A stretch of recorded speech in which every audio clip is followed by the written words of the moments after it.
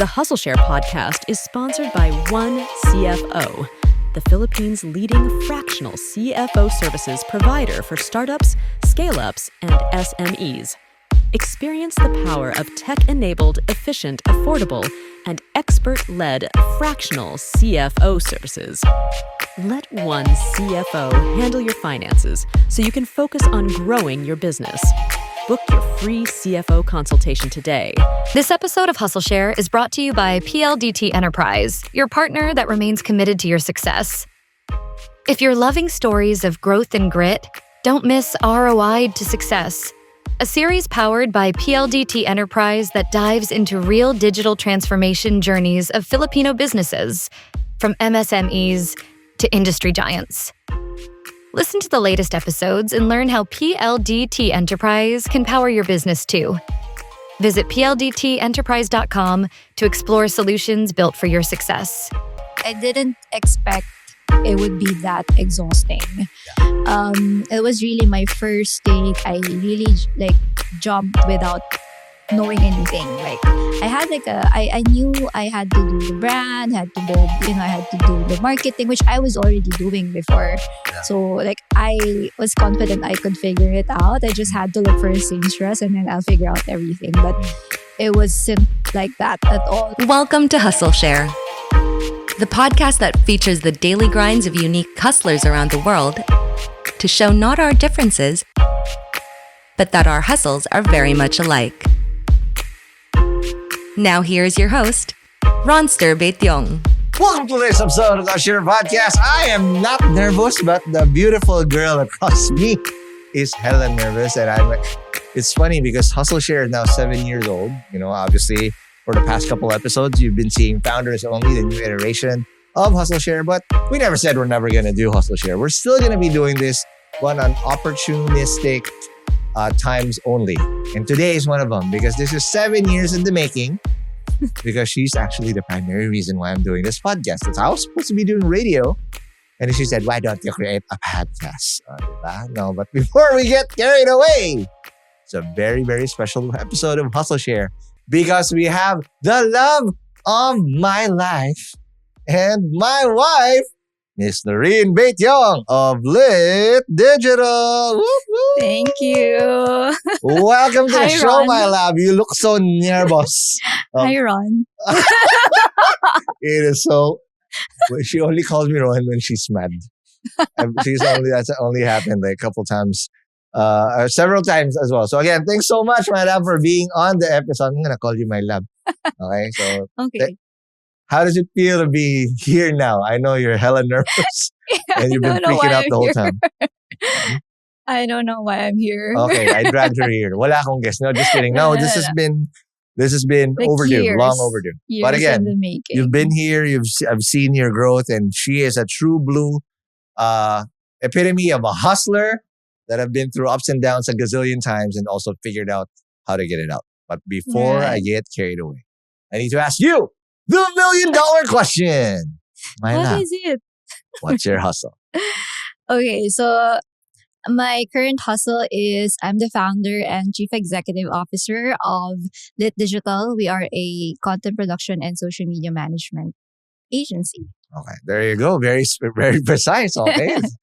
So again, Lit Digital has been, I know your whole journey more than any entrepreneur, aside from myself, I Right. guess. So I know every nook and cranny. And again, this is a tribute to your journey as an entrepreneur because I know you inspire a lot of people that work with you, but let's inspire more people that needs to Hope know so. about your greatness and your hustle. So Okay. before we get carried away as well, I need you to buckle up. This has been parked in a garage for the longest time. 7-year-old car. Jeep. It's a Jeep. Because we're going to have to go all the way back to tell everybody your origin story. Because we're going to have to ride the Hustleshare time machine.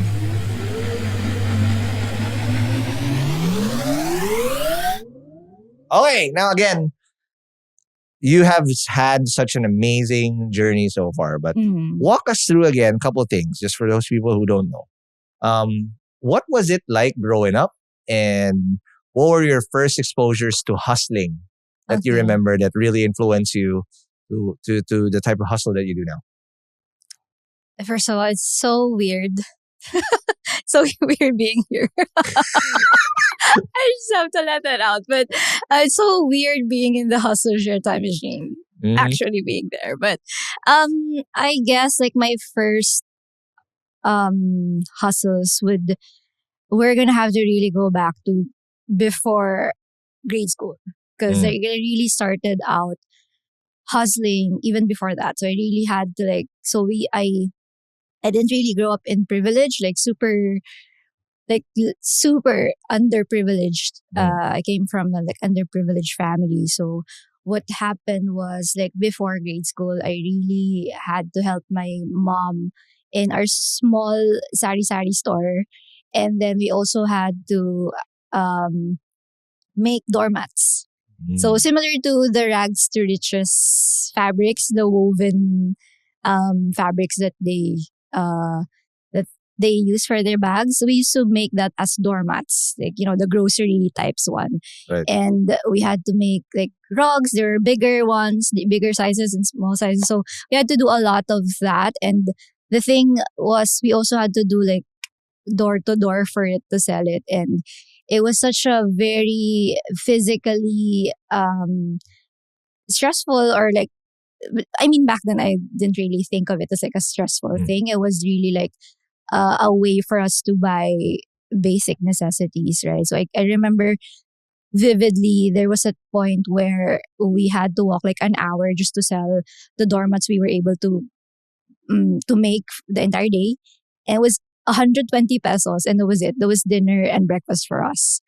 So after that was like, it went on for years until grade school, early grade school years, and then I also had to like sell other stuff, like um a lot of random things, like really like Yema, Gucci, and a lot of things, and it was really physical hustle. And then I got scholarships in college, which I also had to hustle for because I couldn't go to college if I didn't have any scholarship. So fortunately, I had two scholarships that one of which was we were required to be a student assistant. So that was really a good hustle for me. It was a good learning experience because I saw how like it was super like an office. It was a experience of like an office work. Yeah. So they usually would ask us to do minor office work and like do a bit of like what do you call this, like buying supplies and stuff just within the school. And I remember like really learning from the people that I got to work with, and they're like the kindest people. They were the secretaries of the graduate school and allied business department of LaSalle Dasmariñas. So I really learned a lot from those experiences. Like basically, my scholarship was I had to like render a few hours every term, so we can keep the scholarship, and also there's a grade that we had to maintain. So while even though I was studying, I was also still hustling, right? So like from before grade school and then college, and then after college, that was really when the real hustle, I think for me, really started. I started freelancing. So right after college, we had more than 1 million debt. The family. And my family. So my sister and I was really crazy in hindsight because I actually cannot believe that we were able to really pay for it within a year or two. Wow. I think within Amazing. a year, because we had to really pay for it within that year. So it was really crazy. We had to do a lot of things. We had to accept a lot of freelance work. I remember at some point we were doing 80 hours per week. So crazy, but we really made it happen. And that was also my first kind of like an experience of like entrepreneurship, because my sister and I kind of like partnered for a promotional products business that was servicing offshore clients. So that was also how I bought my first camera because I've always been into the creative side. So Yep. marketing, creatives. I used to draw a lot. I used to um just a lot of creative things. I used to really be interested in those, even though I didn't really have that privilege to do a lot of extracurricular stuff at in school. So what happened was, like, while I was freelancing, we were also doing the promotional products, and then I got my camera. It was so fun because I got to do something fun. Yeah. And my own. So I got into photography, and then fortunately, that turned into more than just a hobby. I started getting clients as well while I was still freelancing in digital marketing. So my freelance work were a lot of stuff. So I also did sales calls, which I did not enjoy. Why? It's so bad. We had to do Oh, like man. I had to like do I had to accept several projects from US. Everything was offshore back then. It was like Odesk, Yeah. if anyone who's familiar with that. Odesk before they became Upwork. So I did a lot of digital marketing. It was really like my training ground as well. Yeah. So I learned to upskill and at the same time really discipline from freelancing. And I've learned a lot of how I manage work in general through those things. So, so going back to the photography, I started really meeting a lot of people because that was my first official offline work because everything was like online, everything was offshore. I was servicing US and UK time zone. And then when I got into photography, it was such a refreshing experience because I got to really meet people and engage with people, right? So after photography, I also got into styling, fashion styling, and I got to style for a few magazines, for a few commercial shoots or commercial campaigns. It was super fun because I got to really do the creative side. Even though I was also doing like brand design manager in one of my freelance work, it was different because it was online. It was for like Amazon brands. Yeah. But doing photography and styling was just really such a precious thing for me, I guess. And then I I've always wanted to be a fashion designer. Even before grade school, I loved designing.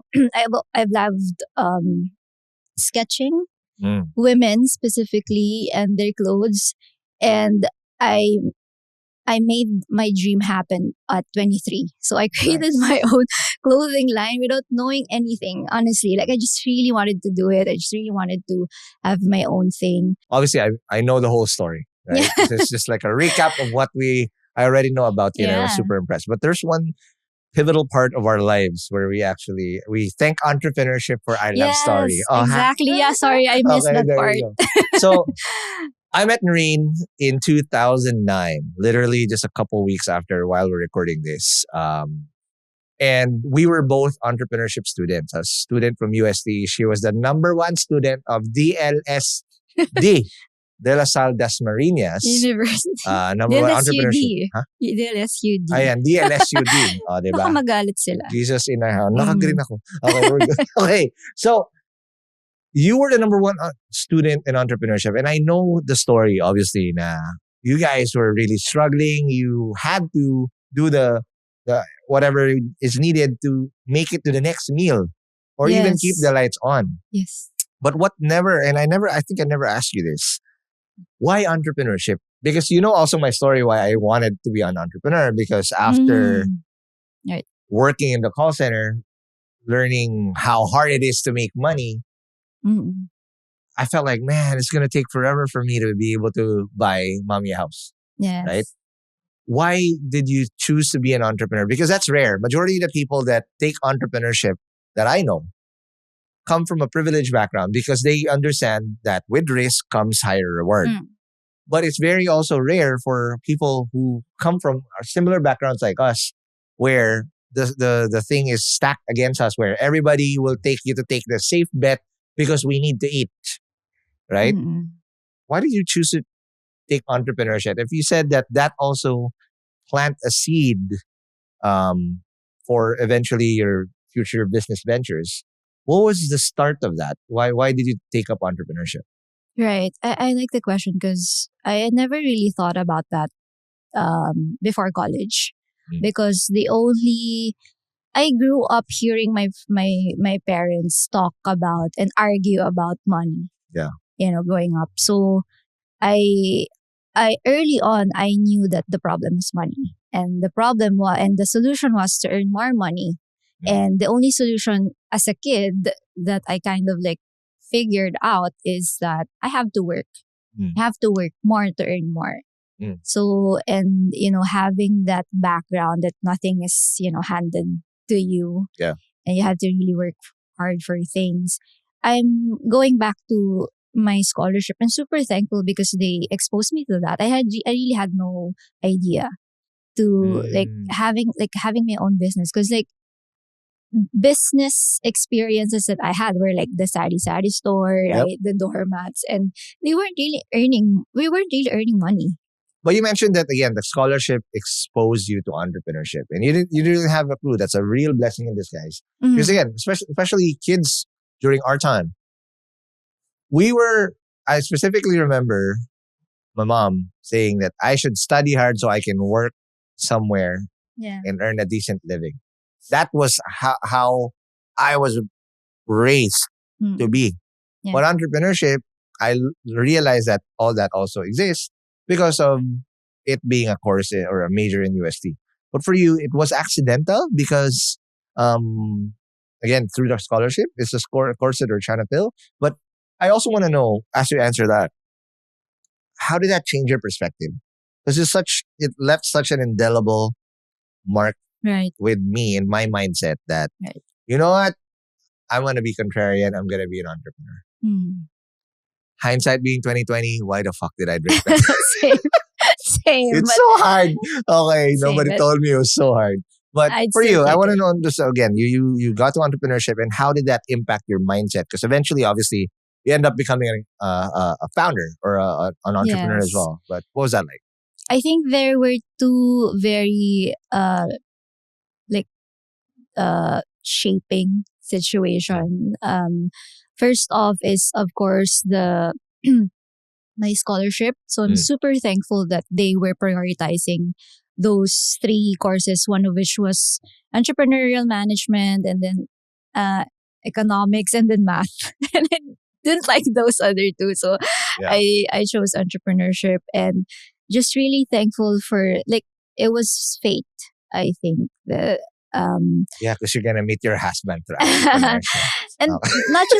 not just that, because I like in hindsight I never really like from grade school until my like the defining years of high school as well, I never really thought of like having my own business, because the business experiences or the business experiences that I saw was like the sari store, and then again the doormats, which never really earned. It was really not. It For was like survival. a bad Yeah. business, right? There wasn't really any profits, and that's why whenever I see like doormats like that, or even like any other campaigns, I really hope that I always think of one thing. I really hope they are paying the communities and their families well, because it's such a super there's so much effort and time that happens in just one doormat. Oh, now you So, know na. The now you MMK guys episode know. of this is doormat. Okay. Yes. Yeah. Okay. And You don't have to actually, answer. Okay. it's so interesting. It's funny because The hustle behind the doormat. Ano ba yan? But Now you anyway, know how I got my wife. It's moments like that. yeah, Okay. but anyway, Kinikilig yung mga nasa likod ng camera. Ayan lahat sila. Okay. so going back to like the business experiences. Mm. So I never really thought I would have my own, because those were my examples. They Yeah. were really bad examples, right? Like they really helped us survive, Mm.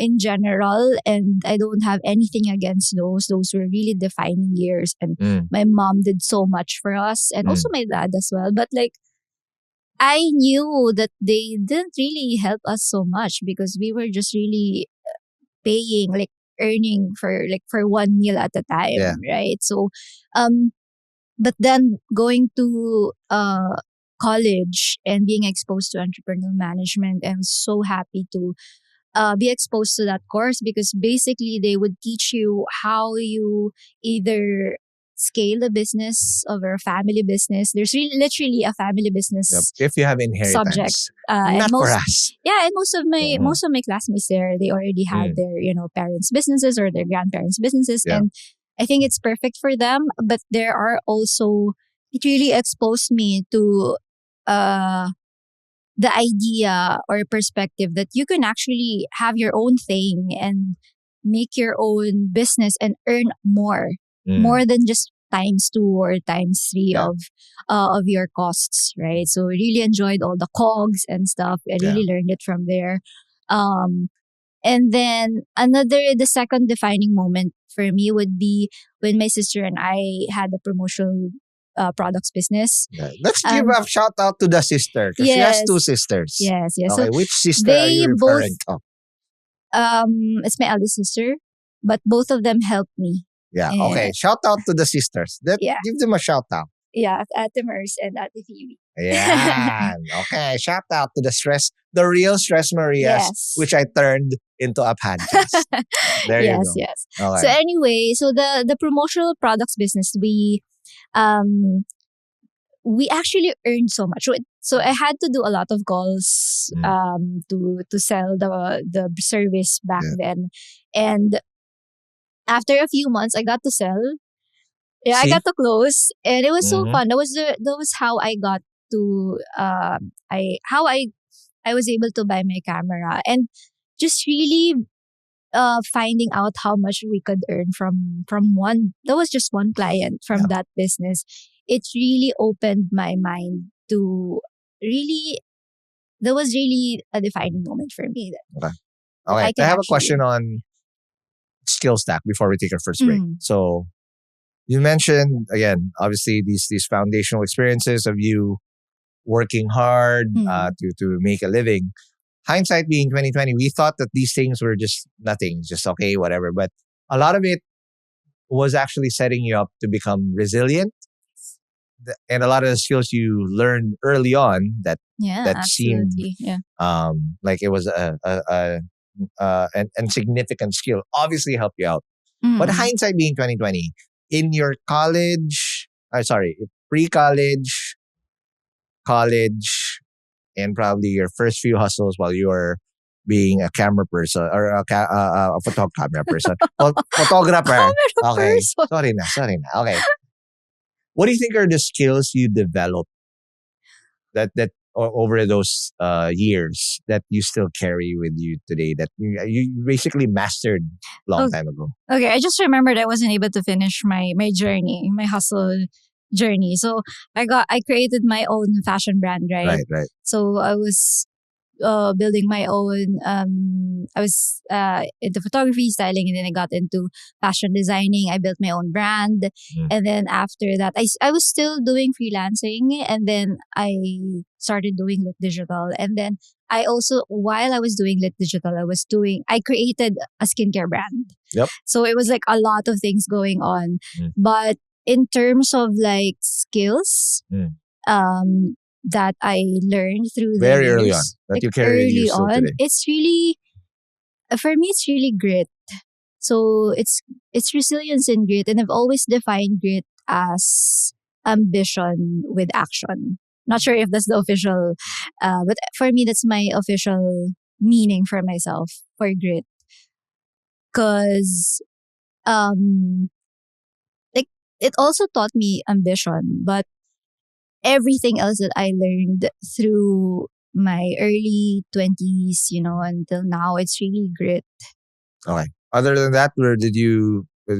Obviously, grit is the main defining force. Like the skills. Grit allows you to keep going when the Yes. odds are just so much are stacked against you, and Yes. then it's irrational not to keep going, Yes. right? But other than that, what do you think would help you develop through? Because for me, again, I'm sorry, I know the guest very well, Yeah. so I kind of sales. see the stacks Okay. that skill stack that I've developed. you actually are a polymath because you have I remember you telling me this before that you're what's a female Jill of all trades. Jane. Jane pala, sorry. Jane of all trades. Jack and Jill kasi, so I thought it was Jill. Okay. Yeah. Jane of all trades. But again, because we didn't know what a concept of polymath is, we thought that just because you have so many skills that are, say, random and that does not connect together, it doesn't really add up to help you get there. But in reality, that's a superpower because you've become good in a lot of things that if you piece it together and find a way to monetize a lot of that, you become a polymath and that sets you up for entrepreneurship. Yeah. So those things I feel and not feel, I've seen it come to fruition because obviously to the version of you now, you still carry on the photography skills, the style, creative side, yes. the grit that you have, the ability to sell, and you don't even know that you can sell, but you can still sell. Yeah. A lot of these you learned early on, but you still carry with you today. What do you think about that? Well, sorry, it's not. I don't think grit is a skill, pala. So it's not skill. It's not a skill, right? No, it is a skill. It's a soft skill. So it's a soft skill. Okay, so what?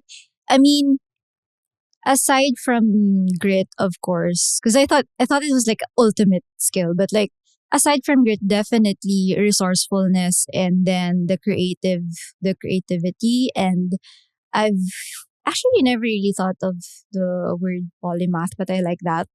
Thank you, ChatGPT. And also, no, I mean it really also defines me because I'm not really a master of like I actually remember using that as my Facebook profile information. That's probably why I remember it. Yeah, that's so weird. Jill of all trades. Yeah, but like the thing is, I really believe that we have to try a lot of things in our lives. Yeah.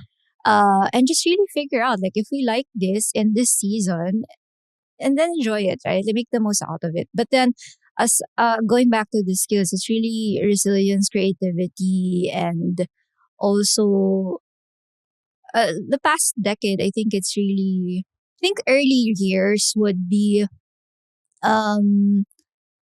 the marketing side as well, not just the fashion aesthetic side and also not just the branding side, though I also learned that early on through freelancing. Definitely the marketing side, because early on I got exposed already to social media back when Twitter was still, the business thing before Facebook and Instagram blew up. So I was already doing that. I also delved into email marketing a bit, but I think those that for technical skills, it's really design, marketing side, and then also a bit of business management. But I think I've learned more and refined that the past along the way as you hone all recently. Of these core tenets that you have. And I totally agree, because if you are going to be an entrepreneur, it's going to be very difficult for you to obviously get far if your skill set is just funneled into just one thing.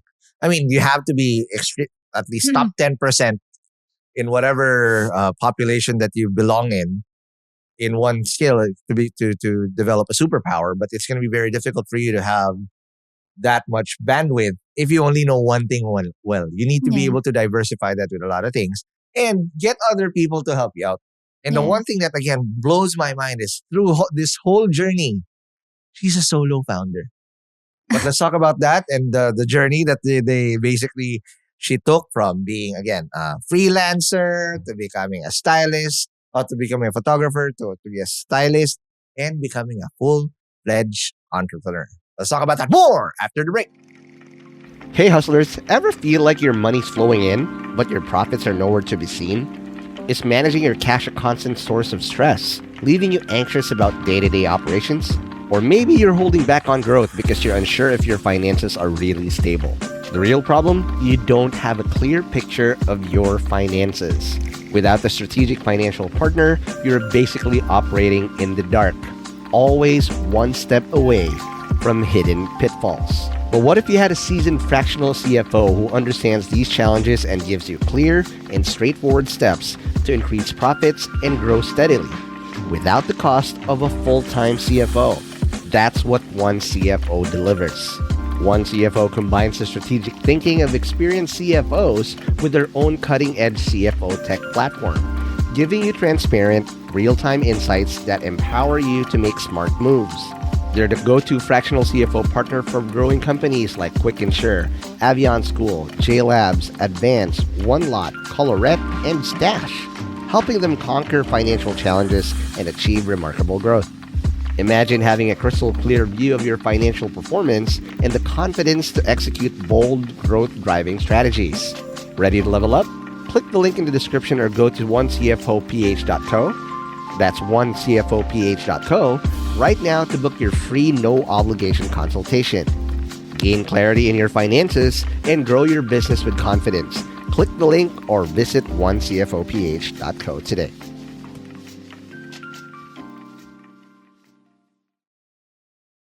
And we're back from the break. We are still with my lovely, beautiful guest. The only one. I'm never going to get in trouble saying that because she's the only one in here. Okay? She's the love of my life. Noreen Baetiong, who then told us prior to the break the origin story. I know this story. Of course, this needs to be a 4-hour episode, but that's a condensed version. But the most impressive thing about Noreen's journey has been the transition from being what she thinks is just random skills to becoming technically a polymath, but being a solo founder in several businesses. And she had an exit path at one point. And that's what we want to talk about now, because obviously being a founder from freelancer, not a lot of people cross that chasm successfully. And there's nothing wrong with that. Again, knowing what we know now, holy shit, this is so hard Yes. to become a founder. Kasalanan to ng mga nagpa-entrep sa amin. Eh. Yeah. Your fault. No, just kidding. I wouldn't trade it for anything else.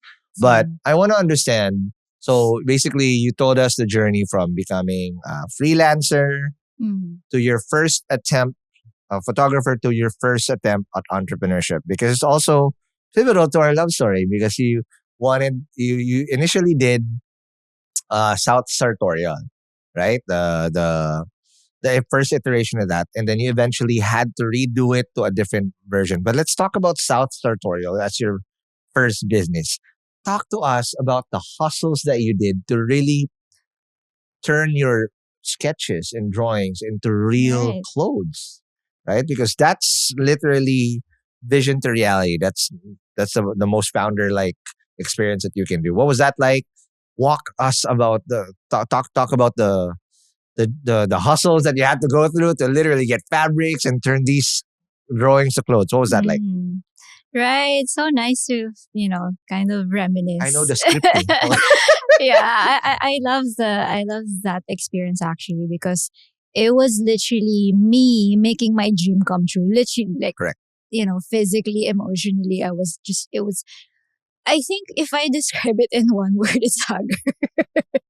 It's super exhausting. I did not expect. I was just doing it because I've been wanting it for many, many years, but I didn't expect it would be that exhausting. Yeah. It was really my first take. I really jumped without knowing anything.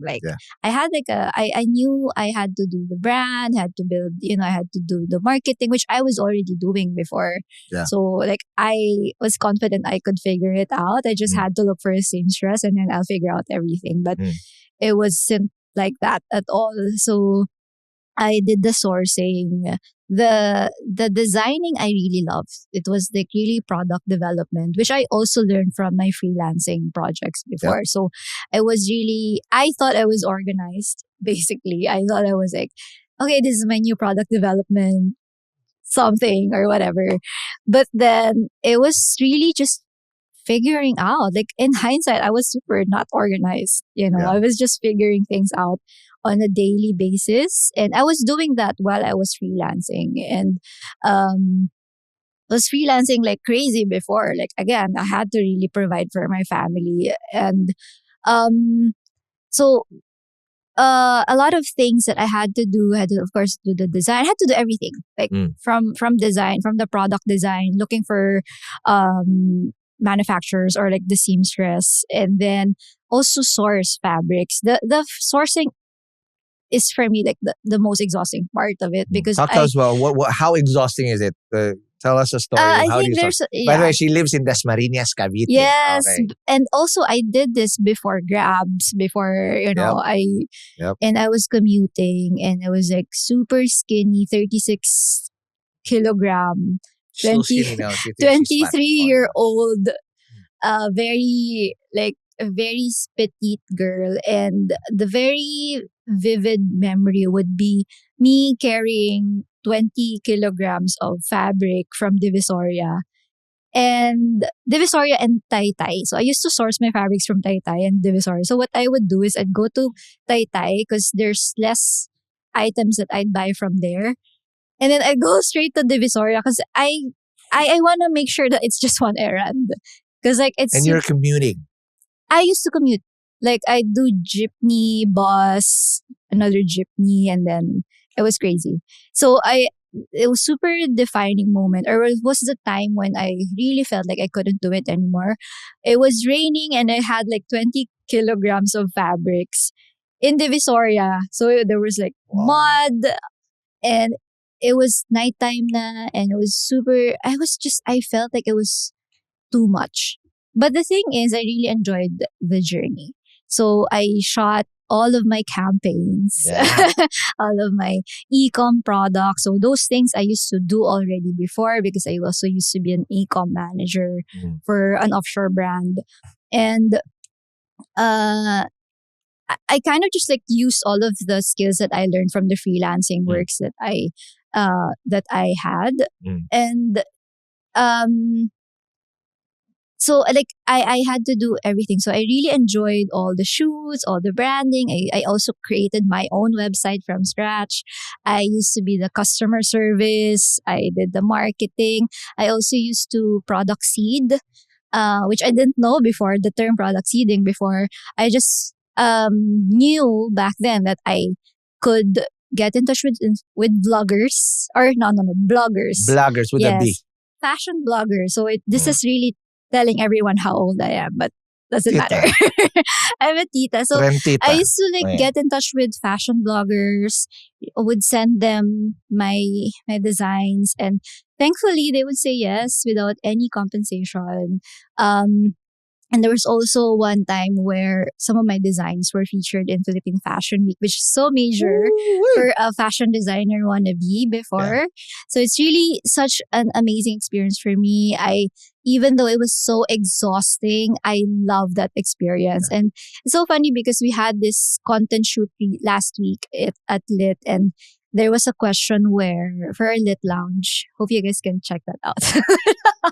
But like there was a question like, if I wasn't working in marketing, what would I be doing? And I still said fashion design. So but I know that if I do that again, I'm more, wiser, and I know already that it doesn't have to be just me doing everything. And I'm actually excited to do it again.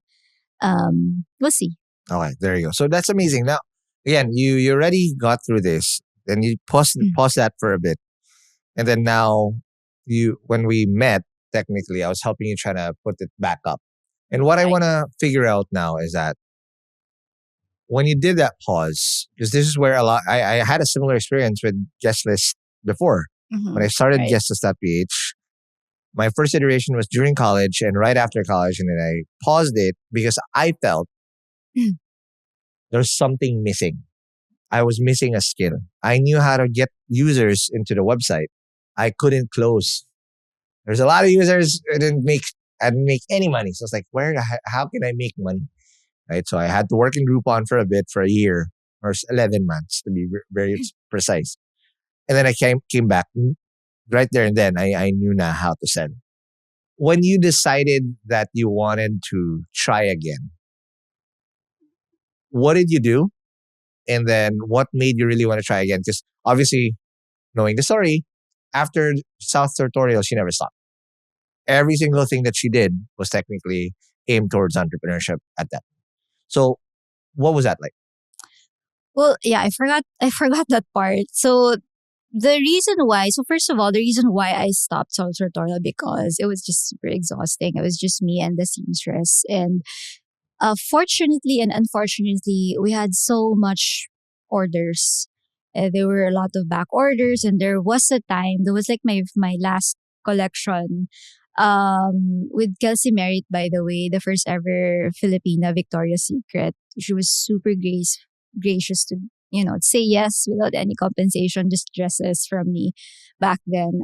Um, so, what that was the reason why, like, we had so much orders that they couldn't fulfill them anymore. My seamstress couldn't do it anymore.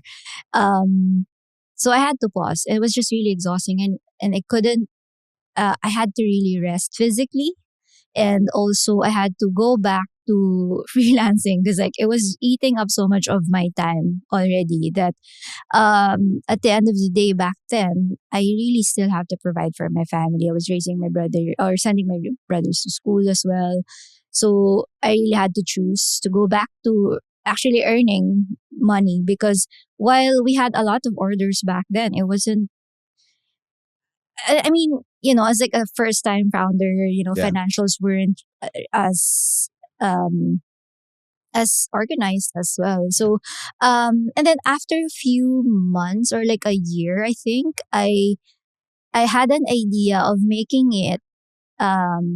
There wasn't any Zaloras back then yet, but it was also that time when they were entering the Philippines. But then I wanted it to be a resort wear retail, online retail brand, which so it was like an online first because I used to really follow a lot of like US and uh European stores, online stores, and I used to really love Urban Outfitters and Refinery 29. And I had that idea of like having a curated website of not just one brand, like Yeah. really housing several brands, but for resort wear.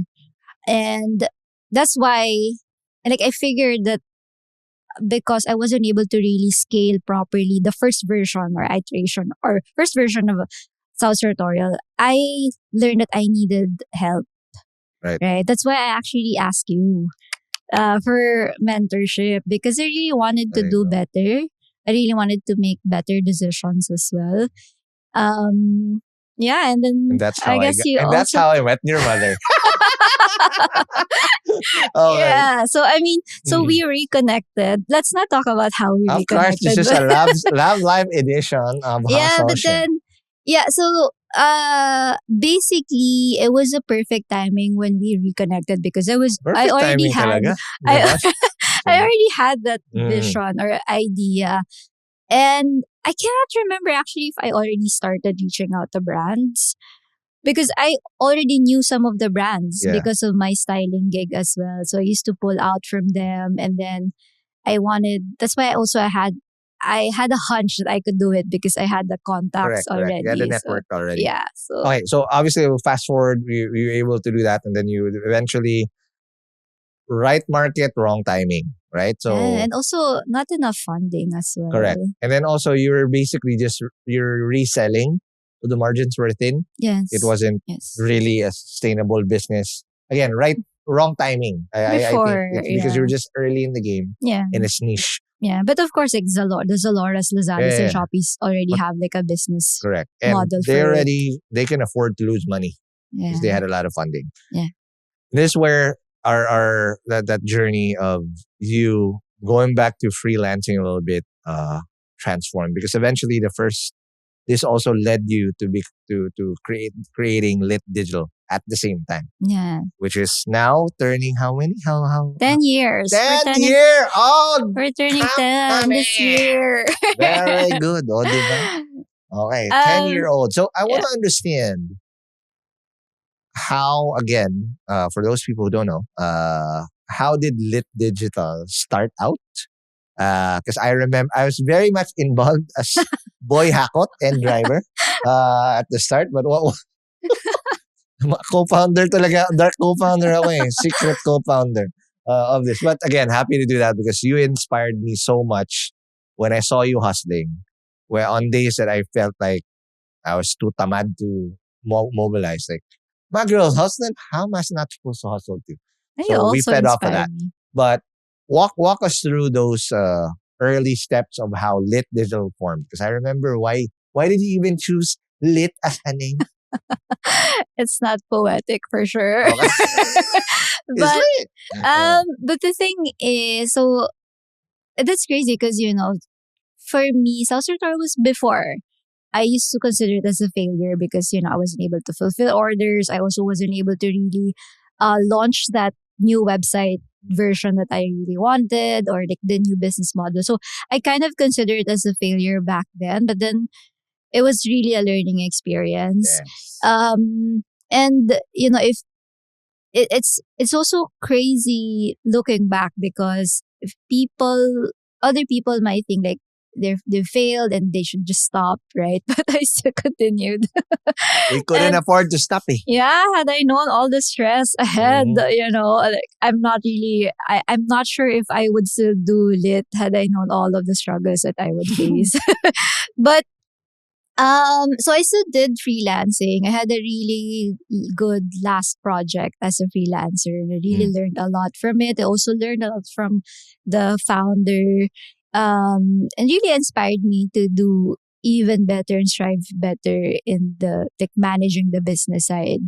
Um, so I was doing freelancing again. I'm back in the freelancing industry, and I was also at the same time doing photography. Mm. So there wasn't really I didn't really stop those things while I was still doing South Tutorial, because again I have to pay the bills. So um so I had so back then I would also email, because again I'm not great in sales calls. So I would email several brands to get me as their photographer or stylist. And fortunately, one of the brands, Alberto Philippines, very thankful for Shout out. them, um, asked me if I could also do their social media. And I was already doing that as a freelancer as well. So I said yes, again, jumping in without, knowing how to really run the business, just really trying to figure it out along the way, honestly. I guess that's one of the lessons also from my life or from my stories, just really figuring things out along the way. And then, so I accepted it. And then, fortunately, they also gave me their second brand. And, like I was shooting for them every month, and I was building their content calendar. And then also did that for their brand, for their second brand that they entrusted in me. And then I kind of figured that I could also do this for other brands. So I was no longer emailing people to get me as their photographer, but I was like, I even asked my one of my friends to even partner with me. And we ended up not really moving forward together because she had other priorities as well. But that was basically the start of Lit, like coming from a photography project, requiring a social media service. And then I just figured I could just multiply it, Right. right?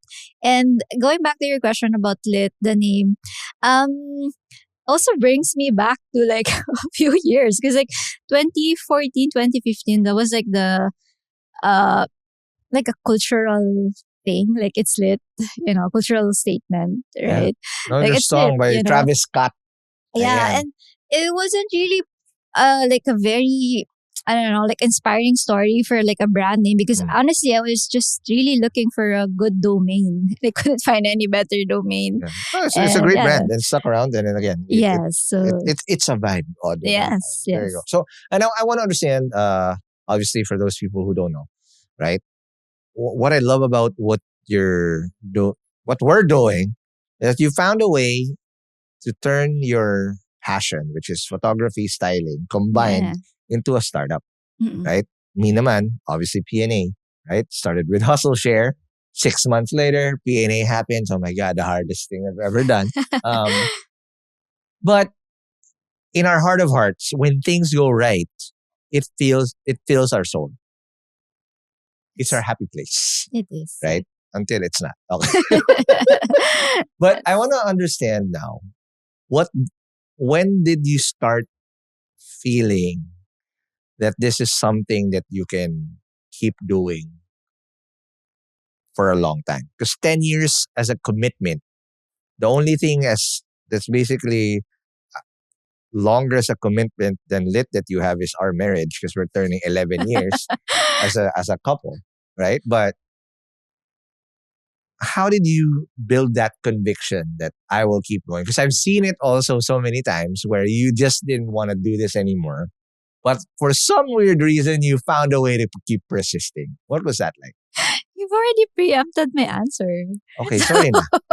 Well, the thing is, yes, I have to come clean because, like, again, my priority, the like before we got married, of course, is also really providing for my family, making sure that we never have to go back to that lifestyle again.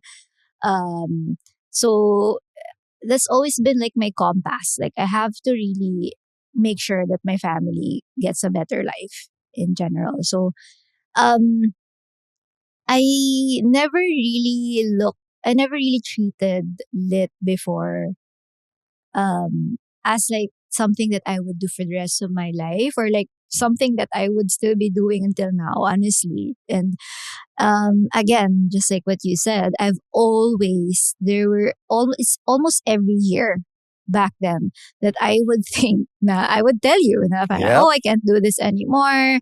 I can just go back to freelancing or just really go back, try, being a full-time employee for a change in a corporate world, right? Which I have validated I cannot do. I cannot do as Once you well. So, go entrepreneurship, you can never go I back. mean, So like, you're gonna be very well, hard. it's very well for others. They can actually do it, which I really find fascinating and very impressed by them because they can just And there's nothing wrong with that, by the way. yeah, they can just switch, right? I feel like sometimes it can be a curse because like I can talk about like the 2023 Yeah. history of lit, but I really figured that I really cannot do it. I mean, not saying never, but so going back to the question of like, I think we also had this conversation before, and I really loved what you said, and I still carry it with me until now. What did I say? When you said like, if if the upside is better than the downside, and the upside is still always better Yep. than the downside at lit. Wouldn't trade it for anything else. Yeah, despite Yes. all the bullshit and despite all Oh shit, she's coming now. Okay. no, I mean despite all the Challenges na lang. yeah, all the Challenges. challenges, all the everything, all the difficulties, all the stress, and physical and emotional stress that we get. Again, going back to what you said, upside is still better than the downside. Okay. Now I want Yeah. to talk about the transition from being a solopreneur, because this is where it really fascinates me, and super proud of you of how you really transitioned through this. Because a lot of the freelancers, again, not it's not a bad thing. A lot of freelancers are used to be being soloists, solo artists. Lahat sila gagawa. They're gonna do everything else, but eventually, as you grow at a certain point, it also caps your upside, right? Because you're always going to be limited by your ability to deliver, right? What I'm super proud of in terms of your ability to evolve is you turn this from when we were just shooting shoes to a real company, right? Talk about that journey, because I've seen you also transform, not just as an entrepreneur, but also as a leader, because now you have payroll. So before, this is what we talk about before we go to sleep, especially when 15 and 30, may pang payroll ka na. Are you good na? Twice a Yeah. month, we talk about payroll, right? And when it's shit, oh my God, it's shit. But Not I want naman all to the talk about, time. kaya we don't have kids eh. You guys are our kids. You are our kids. You. Yeah. Okay? Okay, for the record, not naman all the time. Okay, so fortunately, Majority hindi of the naman time. ako. Yes, okay. Yeah, I okay. want to understand like that transition. Why did you decide that, hey, you know what? I should hire? Because that decision as a solopreneur to actually put someone in your payroll and be in charge of that person's livelihood, that's a major responsibility. That's akin to being a parent. Yeah. because you cannot fail them. You cannot not pay payroll. And in fairness to us, we've never missed payroll. We died in the process 500 million times, but we've never missed payroll. But talk about that journey, because that's where I felt like the next level of becoming an entrepreneur started for you. And obviously you didn't go back. You kept just piling on your team. And just give a sneak peek. How big is your team now? I don't count. She doesn't count. Yeah. Well, at the moment, we're probably full time would be around 8 to 10 or 9, including me. Right? And then a few interns. Yeah, and then we do production team as From well. zero to that. Yes, And we obviously would the reach waves of more. people that Yeah. came and went, that Yes. came in between. That's super impressive. Yeah. And again, bootstrapped solo Yeah. founder. Right? So talk to us about that journey of you deciding that I'm no longer gonna ride solo. I'm gonna have people in payroll. And how did you trudge on? Okay, well, I am, of course, you're very a big influence in this one. You told me several times. So, to give you guys an idea, it took me 2 years to actually. I was super exhausted already. But again, it's also because of my first few years of working. I just got so used to just me, right? Yeah. And I think I would speak for a lot of freelance when I say that you just feel more in control when it's just you, right? And you don't have to think of other people's livelihood. It's just really such a big responsibility. Just think about, people depending on you for food, it's and for their daily lives. So it can be overwhelming, but honestly it was such a big pivotal experience for me as well. And had I known, I mean, I think I'm super late. I realized it very late, and I have to thank you for really convincing me, because it took you years. It took you years to even just convince me to hire interns first. Yeah. Because I just didn't want to think of, because I was also managing other people under my freelance work. Yeah. I was also managing other people, so I didn't want to add to that. Because I kind of had an idea that it's a bit hard to manage other people, you have to wait for them to finish things when you can just do it on your own. So it was really more on the solo freelancer kind of mindset. I was stuck there for a while, but then I really figured how, and I can never really scale if it's just gonna be me. And I was already enjoying the projects that I was getting back in Lit, and I just really wanted to continue doing it. It was more of before. It was more of a personal reason. I just really wanted to continue doing it because I love shoots. I love building content. I love writing captions. Yeah. Back then I don't really get to do that anymore. I don't really get to build content calendars, but I get to creative direct all of our brands now, which I love more. But it was really you telling me that, for me to really scale, it was just really, start hiring. So I did after 2 years. Nakinig naman, So eventually. I really hope, if there's Okay. anyone watching this, if you're a freelancer and you already have a set of systems for you. Actually, that's one of my answers also to one of your questions, your early questions. What are the skills that I also gained from my freelancing or early years of working? Is also having your own discipline, having your own systems. Yeah. And if you already have that as a freelancer, I really suggest you start considering really multiplying yourself, because it will just not just give you more chances of earning more. Of course, financially, your financials will grow, but at the same time, you also get to multiply just the happiness that you get from your projects, from your other projects, right? If you're enjoying what you're doing right now, you get to multiply that.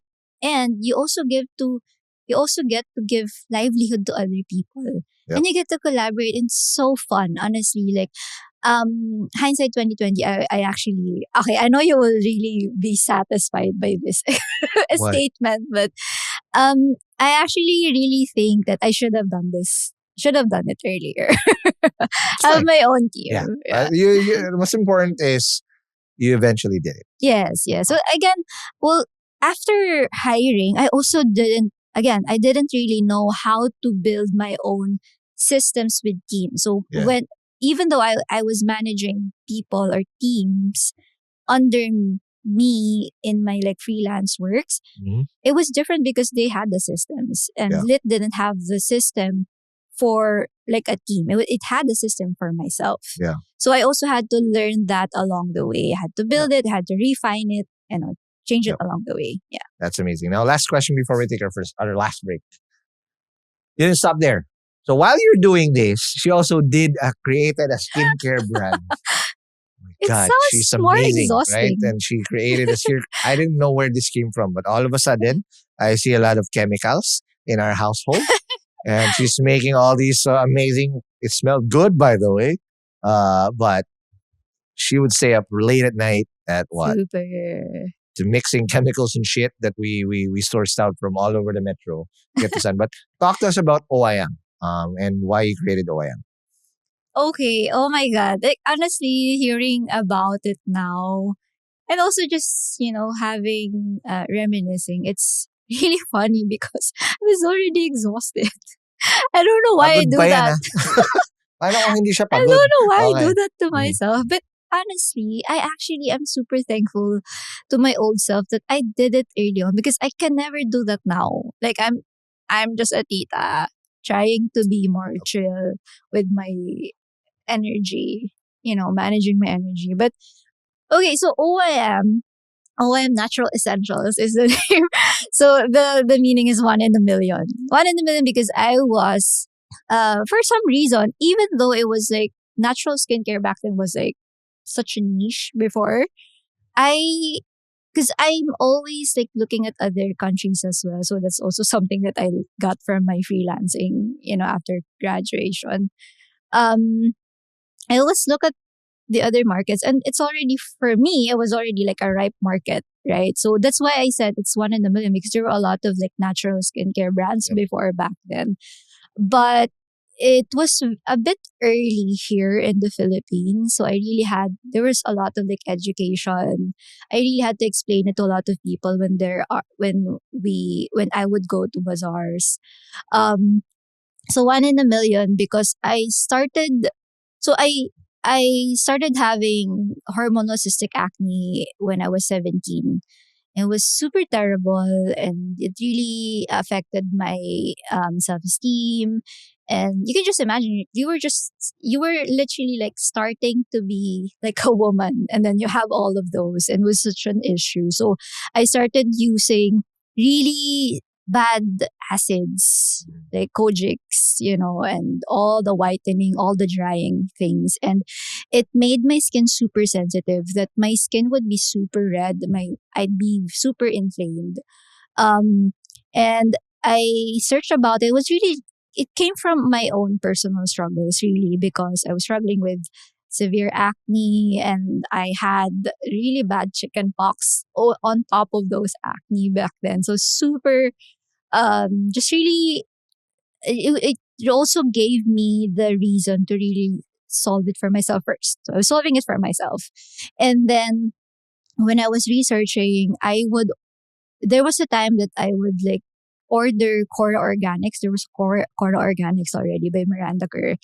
Um, it was so expensive, I would order it from Australia and then here just to have like a very for sensitive skin because there wasn't really a lot of options back then. And I was having a lot of flare ups. I would get bruises because of my skin was so dry. I didn't know about eczema back then. So I had to really research. So I figured what was wrong. I tried to figure out what was wrong with my skin.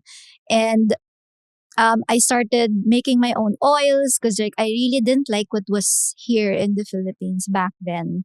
And there wasn't really a lot of options back then. So it was just really for me, what really worked for me back then was like Cora Organics, which was super expensive, right? So But I love that brand so much. I love that they're still here actually, and Miranda's such a great founder as well.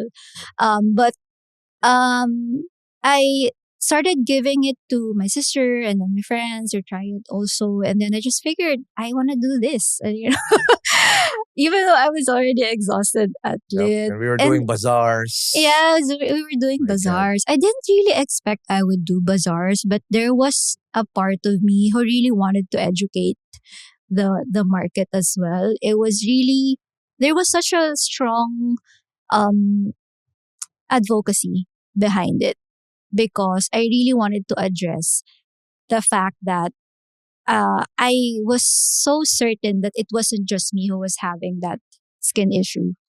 Um, and and there was also I think there were also studies already back then from other countries na it's really rising the need for natural skincare for sensitive skin.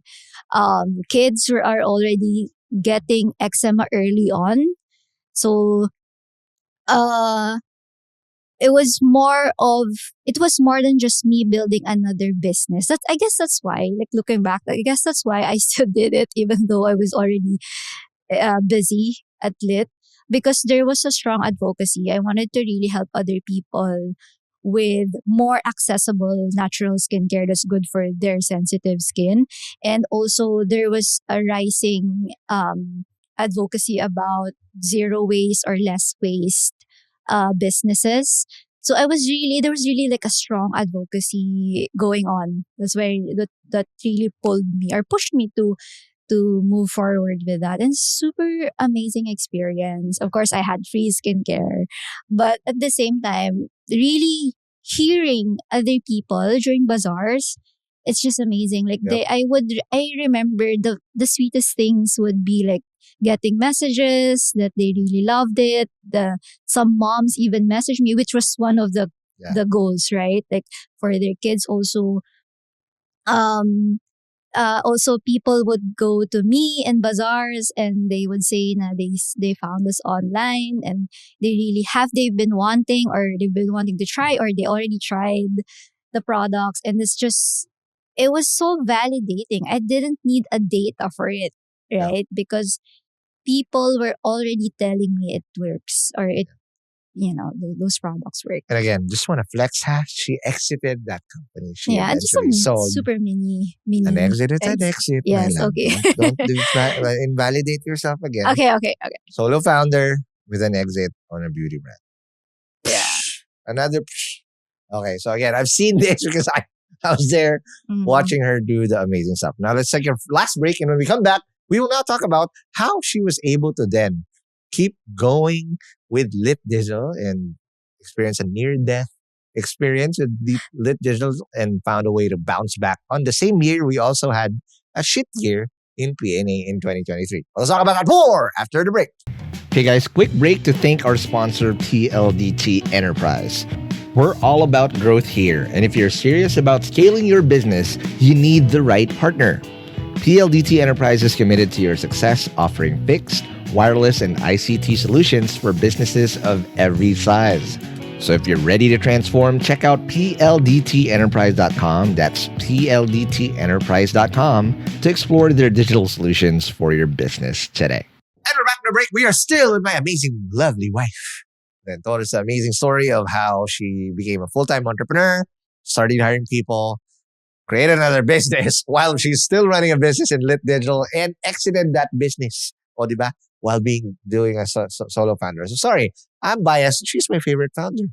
Everybody else fall in line at the back. Okay, but that's amazing. So I want to now understand, my love. I've seen you evolve to how this version of you are. Wasn't always pretty. It was messy at a lot of times because the disadvantage of being married to another entrepreneur, we have no buffer. We are each other's sponge. Yeah. And on certain years when everything just goes to shit, you're just passing shit around. Literally. Oh, you pass my shit. I pass my shit. So it's just like it's conjugal misery. Oh Right? my God. Yeah, that's what it is. Right? So 2023 was so obviously let's talk about you did OIM. The pandemic was steady, but 2023 was such a shit year for both of us. Mm-mm.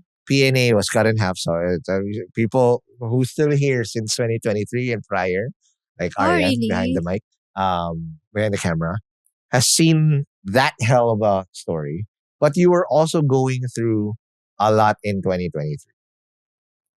Walk us through those near death experiences because, again, each entrepreneur, you really find out so much about yourself as a founder after experiencing that Mm.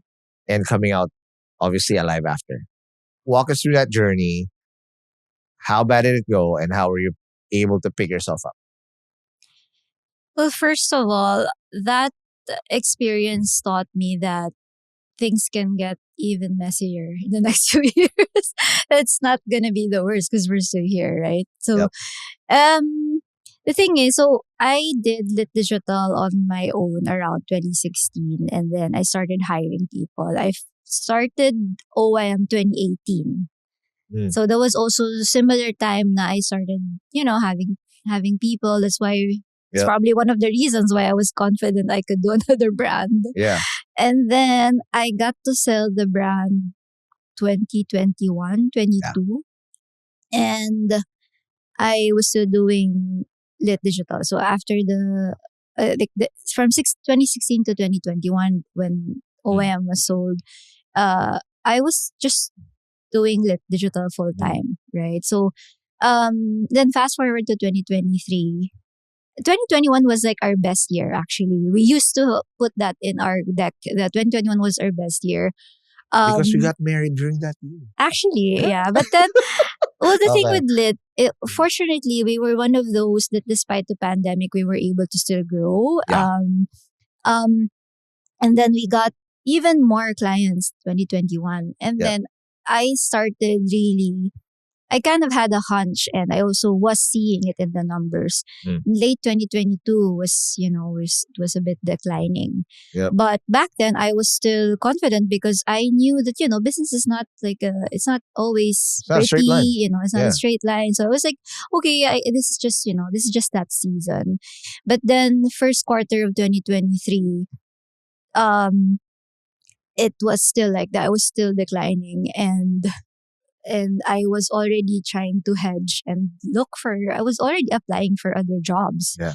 I was preparing for it. The plan was I will look for another full-time job while I was still keeping the team. Yeah. So I don't have to get my salary from Lit, but I would still manage it on the side. Because I never really thought I'd let go of the team. So it was not the first option. It was me having to make sure that I take care of my personal expenses first and then manage Lit on the side, still run, right? But then June 2022, 2023, it was just, we really couldn't pay the team. We weren't really closing brands. And I had to really let go of the team. It was such a heartbreaking experience for me. Like how far did it go? Because I remember again seeing this, but talk to us about how you deciphered that it was really the end, and you already actually kind of told your team about it. We didn't. Of course, I didn't let it to go zero. Yeah. I was monitoring our finances very closely, and June 2023 was when like all of our like the cash and the funds and the receivables, there was already like until August, July. That was like it. And I just couldn't close anymore for some reason. It's probably because at the back of my mind, it was already too much that, Yeah. I don't know, like just, it was really, I mean, if you look at the numbers, it was written already that I really had to let go.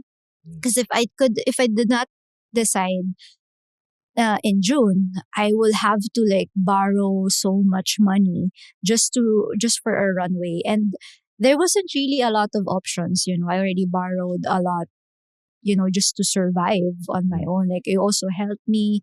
I also borrowed from my sisters and, from other options as well. So I didn't want to lose everything before I tell the team, because Yeah. I had to be responsible, because it's really one of the things that we really need to understand is you are responsible for people's livelihood, right? So you have to really, I mean, I think it was still too late.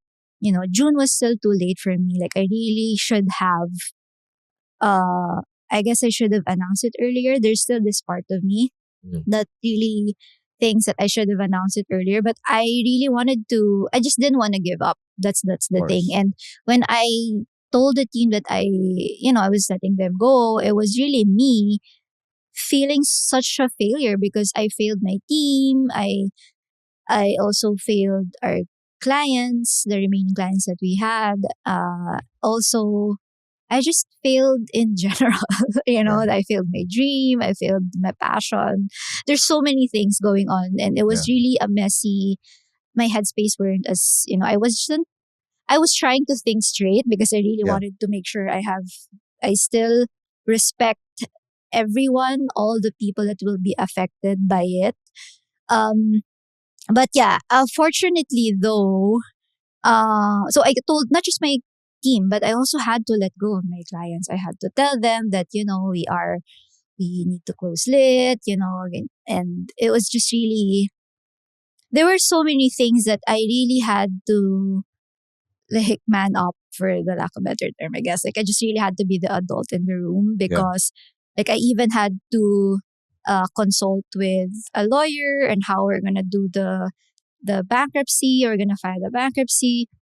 And then fortunately, two of our clients asked us if they can still continue, that they wouldn't, there was even one of the clients asked na they wouldn't expect us to um provide like full service in that particular month, just so we can continue.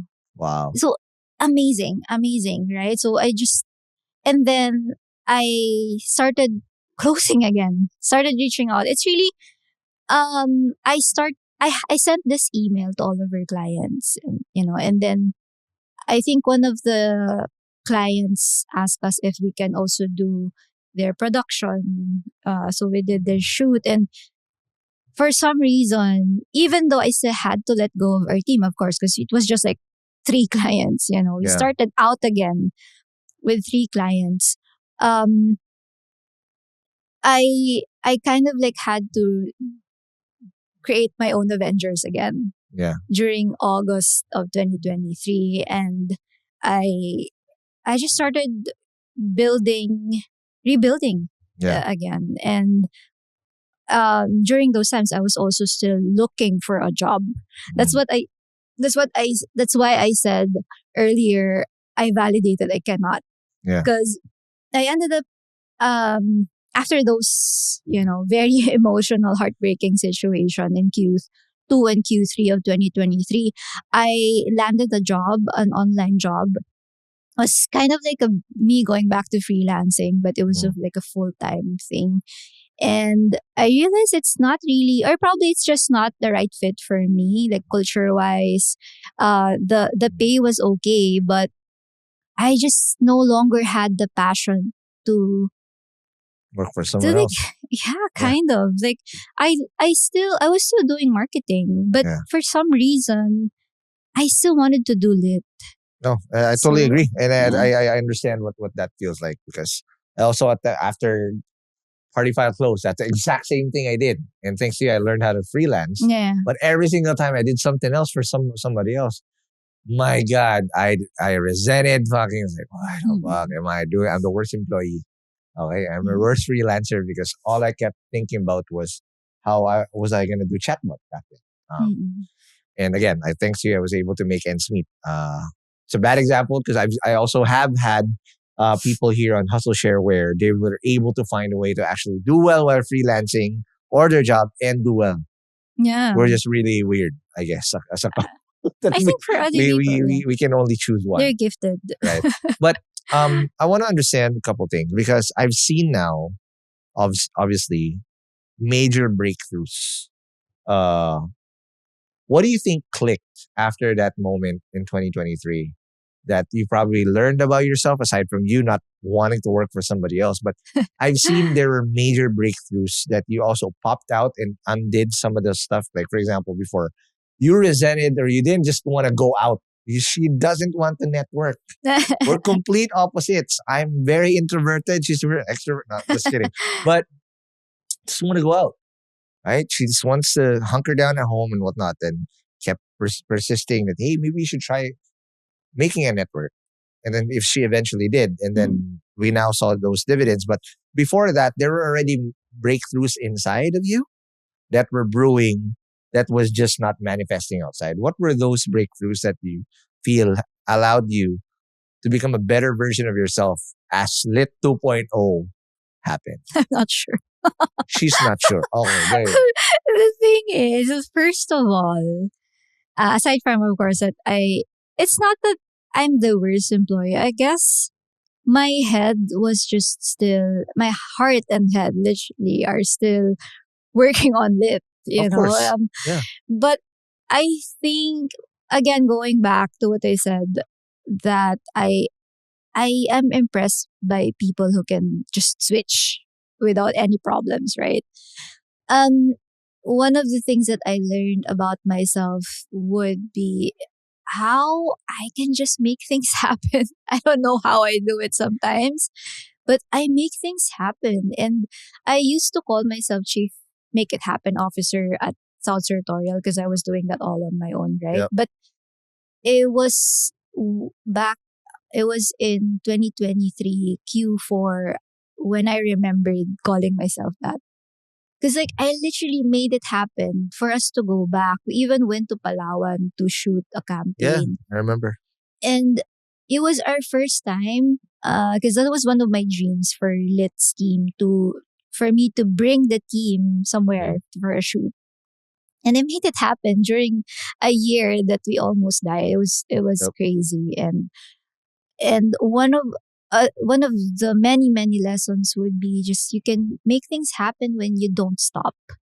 Yep. You know, just really do not stop. Like try everything that you can, and have the humility to tell people that you failed, because had I not sent that email, I wouldn't be able to close the brands that we were able to close during Q3 and Q4 of Yeah. 2023.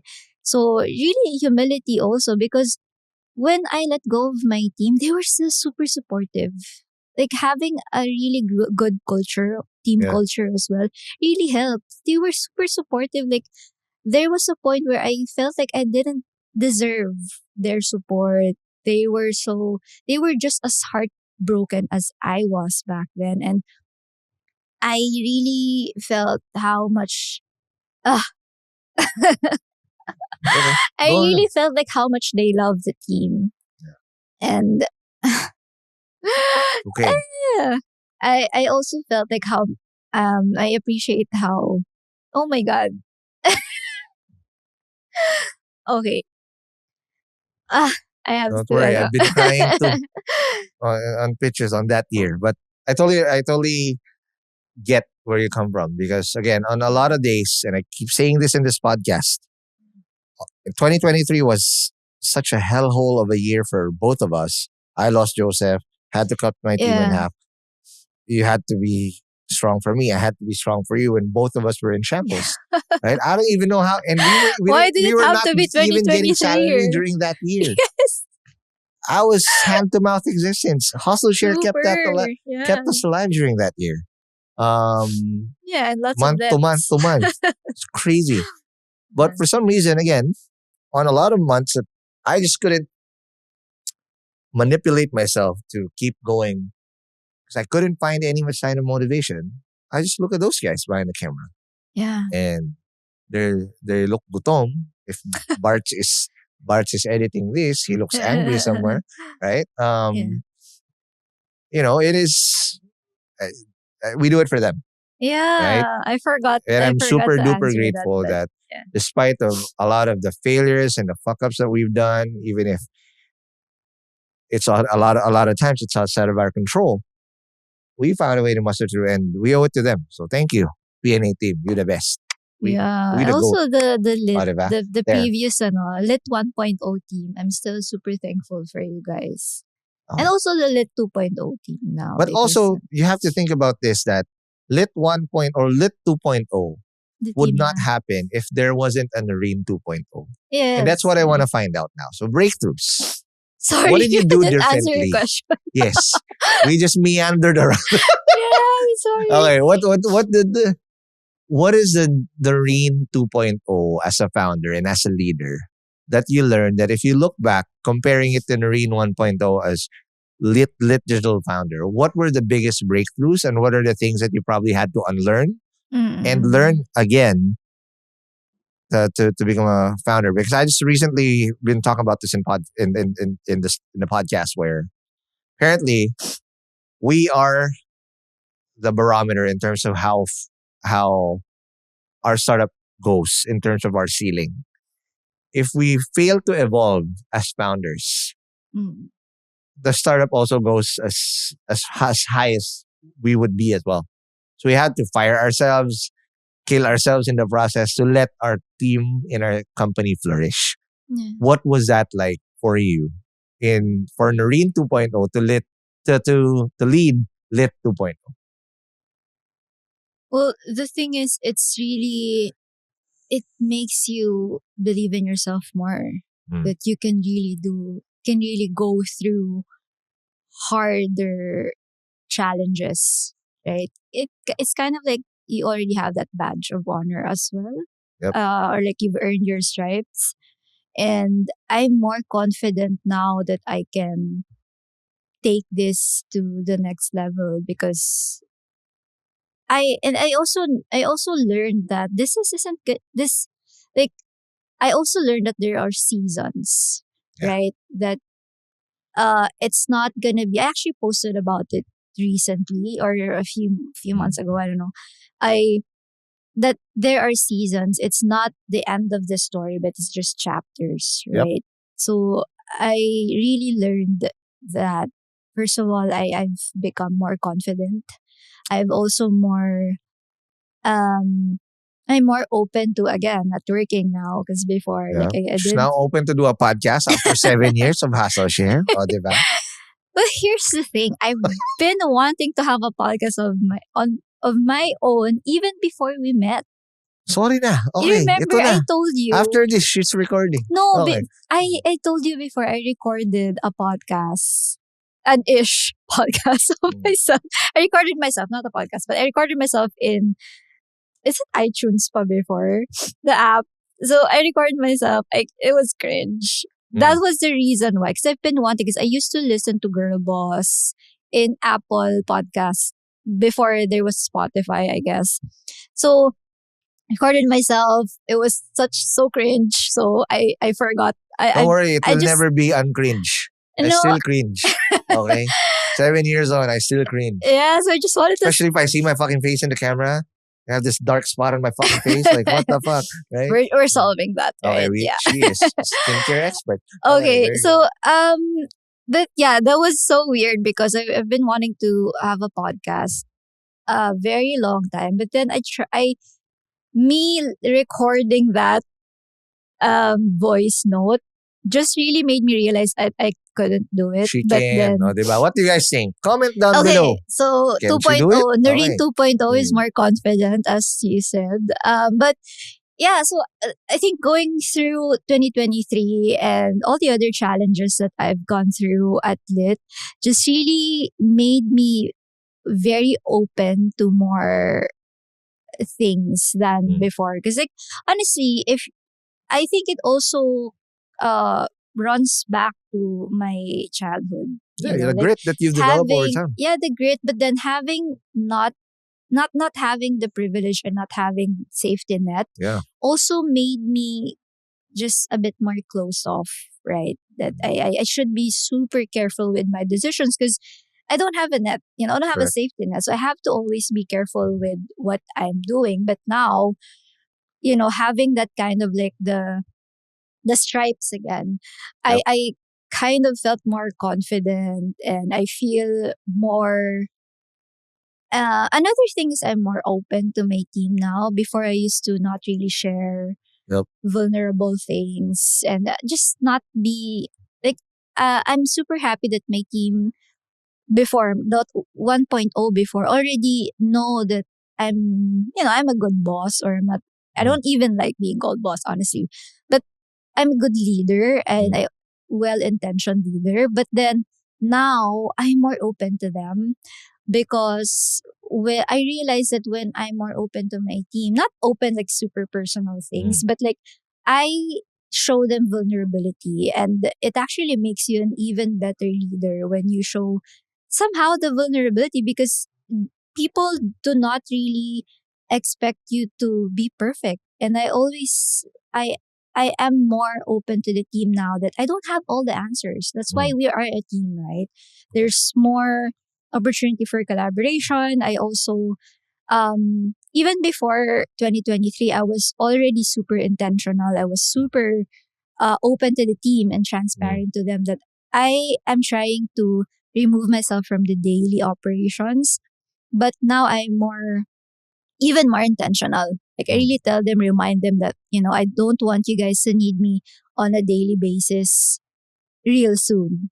Right? So we're turning 10 and I really want to make sure that I'm focusing more on our growth than the daily grind, basically.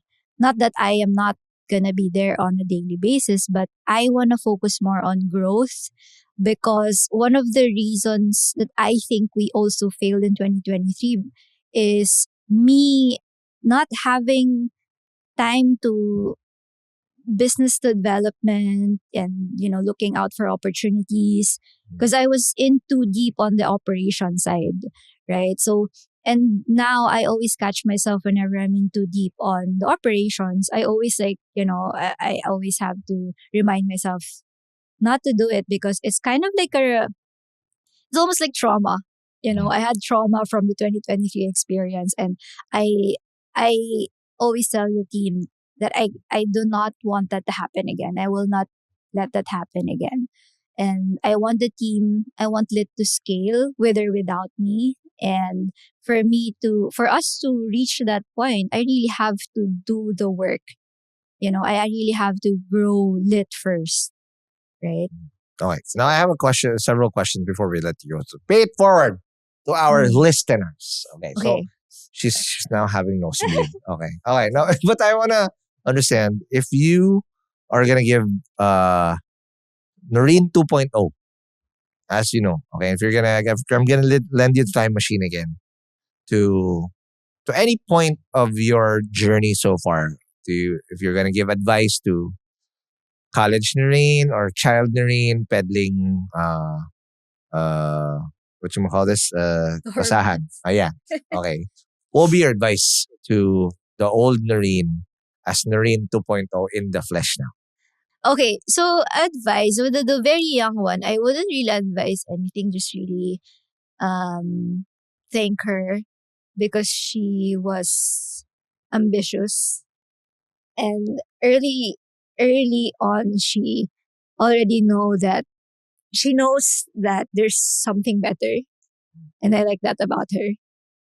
Um,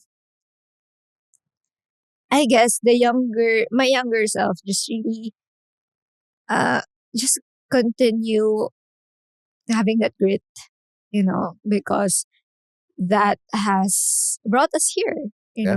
that has given us or brought us to a lot of opportunities, and opened a lot of doors. That grit has given us so much, um, just really kind of like so much experiences. But I guess the ultimate advice would be, um, not be too focused on earning money, and uh, just really having fun also along the way. Yeah. Because I feel like I've just started really having more fun during my lit time. So I was really hustling during my early Yeah. years. until my late 20s year. So I wasn't super like having fun. I was Yeah. just really, it was almost like I was defining my success um based on my bank account. Yeah. And but now, like, I don't know, I guess it's just really that things will, it's not an advice, but a message would be things will turn out really well for you. Yep. You know, Absolutely. you will be able to solve your skin problems, and you'll help other people along Yeah. the way. And you will also build your own team. I'm pretty sure that Mm. young Noreen wouldn't believe me, of Yeah. course, but also she'd be so ecstatic about me having my own thing. It's, Yup. so I really think there were several seasons or chapters in my life that I was super hard on myself, that I couldn't figure things out. Yep. But I would really tell my young self that you will actually end up figuring things out, and You got this. yeah, you got this, and that you will make sense of some things what might not make sense Mm. in the moment, but then I think it's also going to be in the future, my future self, right? Oh, It's, I think my future self would also say the same. That for things sure. might not make sense now, but they eventually will. Oh, And for you sure. And got I'm pretty this. sure Noreen 1.0 or young Noreen, if she sees what Noreen 2.0 has become, she'd be nothing but proud, just like me. There you go. But last question, of course, is the Women's Month. Last week before the Women's Month ends, obviously, we found a way to get you in. Ayan, sorry na if it took a while. But what would be your advice for female founders, especially those who are on the precipice of you, like similar to your path where you were at the cusp of being a solopreneur or freelancer, but they also want to find joy and to see that extra push to try and do their own shit. Because that's where a lot of dreams never come to fruition because they never tried. They just stayed in the safe zone and they never pulled the trigger. But obviously you did. What would be your advice for those people who are in the same spot as you were when you were just like trying to figure out if I should jump or not jump? I always used to think that this is such a cliche, but really just do it. If you realize it's really not for you, at least you tried, right? It's really, it's super nerve wracking to to think that you will actually build your own team. It will be exhausting, it will be challenging, but it will be a lot more fulfilling than being on your own. All right. Sounds good. Now, before I let you go, Noreen, invite people over. Of course, there's so many great things happening with Lit Digital 2.0 now. If people want to reach out to you, collaborate with you, work with you and other stuff because she wants to do other stuff, invite people over. And if they want to reach out, where do they go and how do they do that? Okay, so again, I hope you guys can follow at getlit.digital. So it's at GETLIT.DIGITAL on most of our social media, and that's also our website. We're rebuilding our website though, so but Lit Digital, we're doing content production and social media marketing and management services. So if you guys need any content or like photography, videography, and also social media that actually brings results, I wasn't really able to share a lot about what our team has done, but we have been working with A lot of great brands. lots of really great brands, local and global brands, and we have been helping them grow. So if you or your brand or anyone you know has a brand, mid to bigger size brands, need actual conversion, really upgraded content, let us know. Get in touch with us. You can also email us at hello@getlit.digital. All right. Thank you, my love. But before I let you go, follow us whatever podcast app you're listening to. We're Spotify, Apple Podcasts, or YouTube. And if you see a follow or a subscribe button, smash that button right here so that for every new episode that we release on Hustleshare and also the new iteration of Hustleshare and its sequel, Founders Only, you should just check this out on the channels that we have. But also, if we did say some jargon or any link that my love said, it's going to be on hustleshare.com for this podcast's show notes and transcription. And lastly, if you do want to support Hustleshare and be like one CFO right here, whether it's clips and whatnot, you can support the podcast so that we can keep going and creating content like this at premium.hustleshare.com. Again, my love, thank you very much. Thank you. And I'll see you guys in the next episode. Peace.